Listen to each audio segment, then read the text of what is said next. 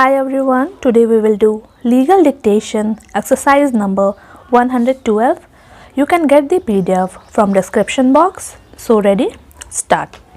The Honorable Supreme Court considered the issue at length and held that ordinarily it is considered desirable not to restrict the delinquent's right to be represented by the counsel or an agent of his choice, but it is different thing to say that such a right is an element of the principles of natural justice and denial thereof would invalidate the inquiry. The right to be represented by the counsel or agent can be restricted, controlled, or regulated by statutes, rules, regulations, or standing orders. A delinquent has no right to be represented through counsel or agent unless the law specifically confers such a right upon him.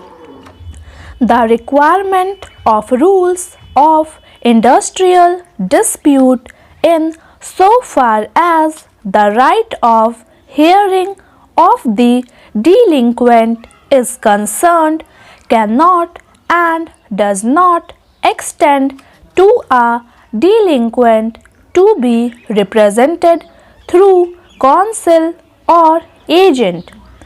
The Honorable Apex Court held that refusal to grant the help of a lawyer is to be examined on the touchstone of doctrine of prejudice, and it cannot be claimed in contravention to the statutory rules.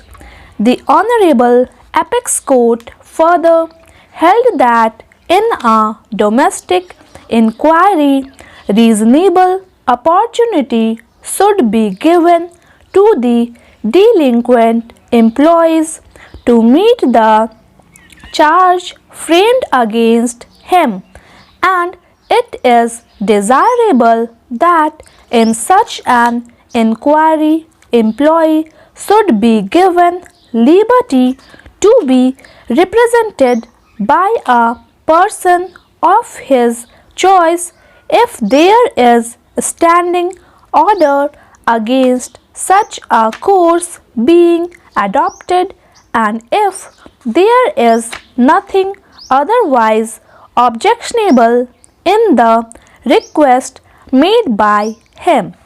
But in a case where a standing order of the employer company provides that in domestic inquiry only a representative of a union which is registered under the Trade Unions Act and is recognized by the Company Act, there can be no denial of natural justice if the request of the workman who insisted to be assisted by a representative of his own unrecognized union with the object of indirectly obtaining recognition to their union is rejected.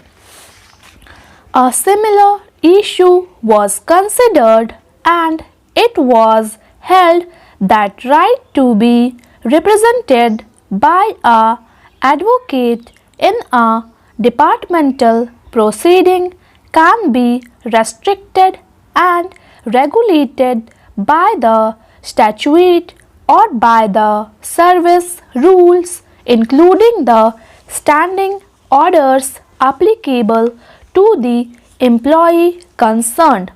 A similar view has been reiterated in the Bharat Petroleum Corporation Limited versus Maharashtra General Kamgar Union 1999 SCC 626.